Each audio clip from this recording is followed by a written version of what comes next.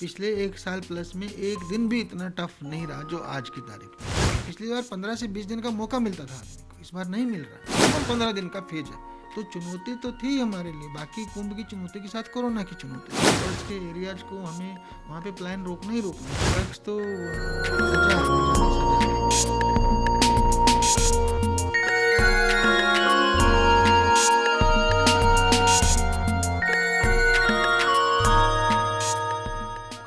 नमस्कार दर्शकों, आप देख रहे हैं टीवी न्यूज़ वायरस और मैं हूं आशीष तिवारी।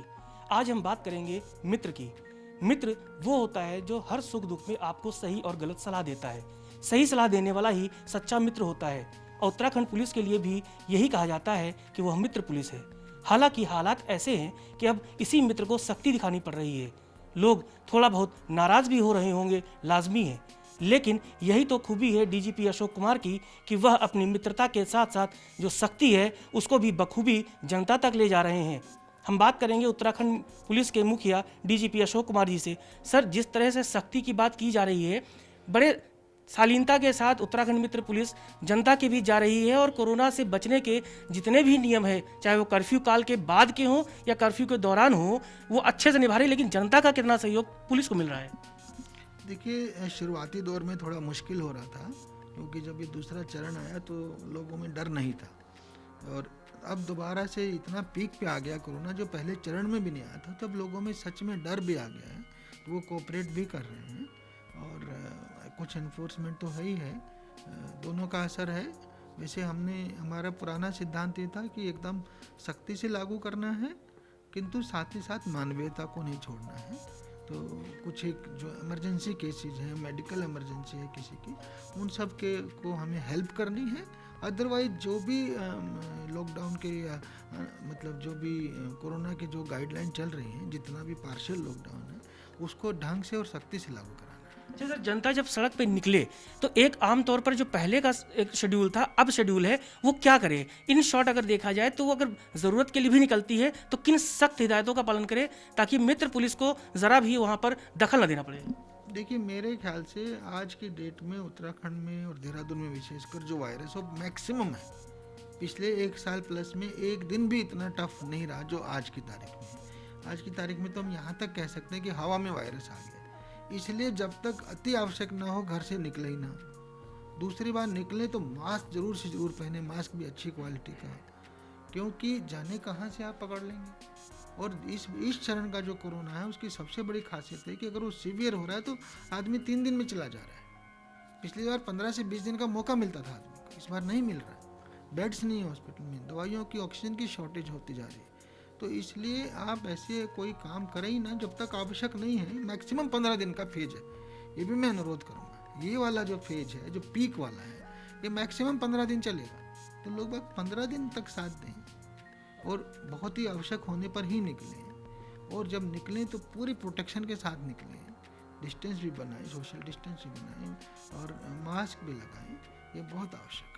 सर, एक खबर आई कि महाराष्ट्र में जिस तरह से कोरोना बढ़ा, बीते 15 दिनों में बड़ी संख्या में पुलिसकर्मी भी उसमें हताहत हुए हैं, कई की जान गई है। ये बड़ा आंकड़ा है।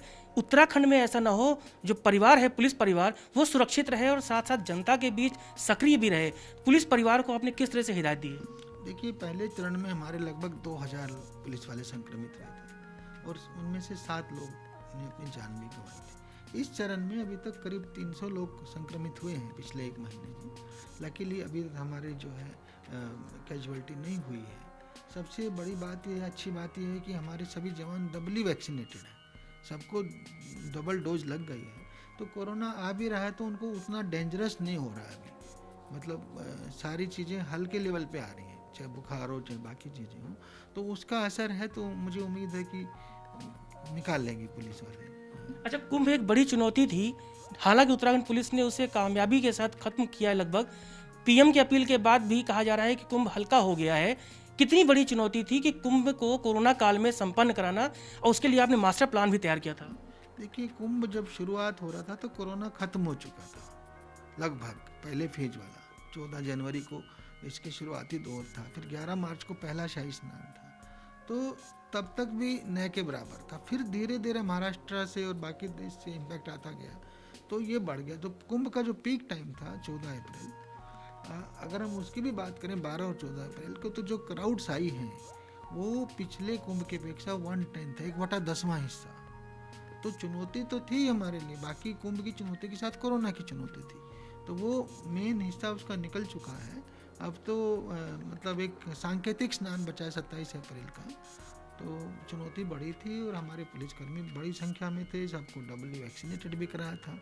तो लकीली उसका जो है अभी तक कोई बड़ा डैमेज पुलिस में नहीं दिख रहा है। कल एक बड़ा दिन था जब मुख्यालय में सीडीएस विपिन रावत जी आए और उन्होंने आपके संग एक बैठक करी, पलायन से लेकर बॉर्डर्स पे भी बात की उन्होंने, साथ ही साथ उत्तराखंड पुलिस की पीठ थपथपाई और कहा कोरोना काल में बेहतरीन काम आप कर रहे हैं।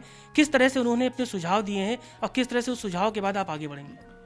नहीं, उन्होंने बहुत सारी अच्छी बातें की। बॉर्डर्स के एरियाज को हमें वहाँ पे प्लान रोकना ही रोकना है, क्योंकि खाली लैंड को बचाना बहुत मुश्किल होता है। अगर खासकर चाइना जितना एग्रेसिव होता जा रहा है, तो हमें बॉर्डर्स तक सड़कें अच्छी बनानी, इंफ्रास्ट्रक्चर अच्छा बनाना है, डेवलपमेंट करना है, जिससे कि वहाँ पे आदमी लोगों को बसाया जा सके, तभी वो हम लोग ज़्यादा सुरक्षित होंगे। इस हेतु बॉर्डर में पुलिस भी बेटर करनी पड़ेगी। इन सब मुद्दों पर चर्चा हुई और चाइना और नेपाल का जो बदलता हुआ जो वो है सिनेरियो, उस पर भी चर्चा हुई और उत्तराखंड पुलिस कितना अच्छा कर रही है उसको भी उन्होंने बड़े अच्छे खुले दिल से सराहा। सर, आखिर में हमारी जनता ये जानना चाहेगी कि सोशल मीडिया में डीजीपी अशोक कुमार काफ़ी सक्रिय हैं, व्हाट्सएप के जरिए हो या किसी माध्यम से हो, शिकायतें मिलने पर तुरंत कार्रवाई होती है। बीते दिनों आपने एक देहरादून के बैंक के फ्रॉड को भी आपने जो है कामयाबी के साथ पैसे वापस कराए हैं।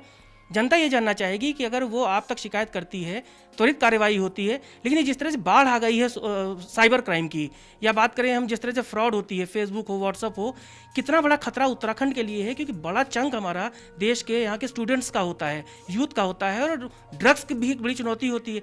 इस ओवरऑल चुनौती को देखें तो आप किस तरह से देखते हैं? साइबर क्राइम पूरे देश के लिए ही बड़ी चुनौती है, ये लगातार बढ़ता जा रहा है और इसीलिए हमने इस पर बहुत ज़्यादा फोकस किया है और हम आगे और बड़े रास्ते निकालेंगे इससे पार पाने के। ऐसे ही ड्रग्स है, ड्रग्स में हमने देखा कि इवन 2 पुलिसकर्मी इन्वॉल्व निकले तो हमने उनको जेल भी भेजा है।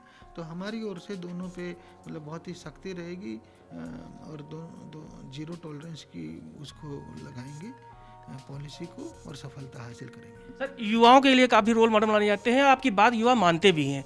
तो ड्रग्स हो चाहे सोशल मीडिया में जिस तरह से फर्जी फेक आईडीज बनाकर क्राइम बढ़ता है, उसके लिए जनता को और खासकर युवाओं को आप क्या अपील करेंगे आखिर में? नहीं, युवाओं से मेरी यही अपील है कि अपनी ऊर्जा को सकारात्मक दिशा में लगाएं और नकारात्मकता की ओर न जाने दें। और इसलिए ड्रग्स तो सजा है, मजा नहीं सजा है, तो ड्रग्स से दूर रहें और जैसा एकेडमिक्स है, स्पोर्ट्स है, कल्चरल एक्टिविटीज़ हैं, लिटरेचर है, इन सब में अपनी ऊर्जा को लगाएं, नेगेटिव काम में न लगाएं। दर्शकों, ये थे डीजीपी अशोक कुमार, बेहतरीन लेखक हैं, युवाओं में काफ़ी लोकप्रिय इसलिए हैं कि भिक्षावृत्ति से लेकर ड्रग्स और सोशल मीडिया में जिस तरह से इनकी सक्रियता बढ़ी है, उससे लोगों को ये उम्मीद जगी है कि उत्तराखंड में जो क्राइम रेट है वो आने वाले दिनों में और राज्यों की अपेक्षा बेहद कम होगा। कुंभ को भी सकुशल संपन्न कराने में डीजीपी अशोक कुमार की भूमिका को खुद सीडीएस विपिन रावत ने सराहा है और राज्य सरकार भी कह रही है कि मित्र पुलिस का साथ दीजिए, कोरोना की इस चुनौती से हम जल्द निपट जाएंगे। फिलहाल कैमरामैन इमरान के साथ आशीष तिवारी को दीजिए इजाज़त। नमस्कार।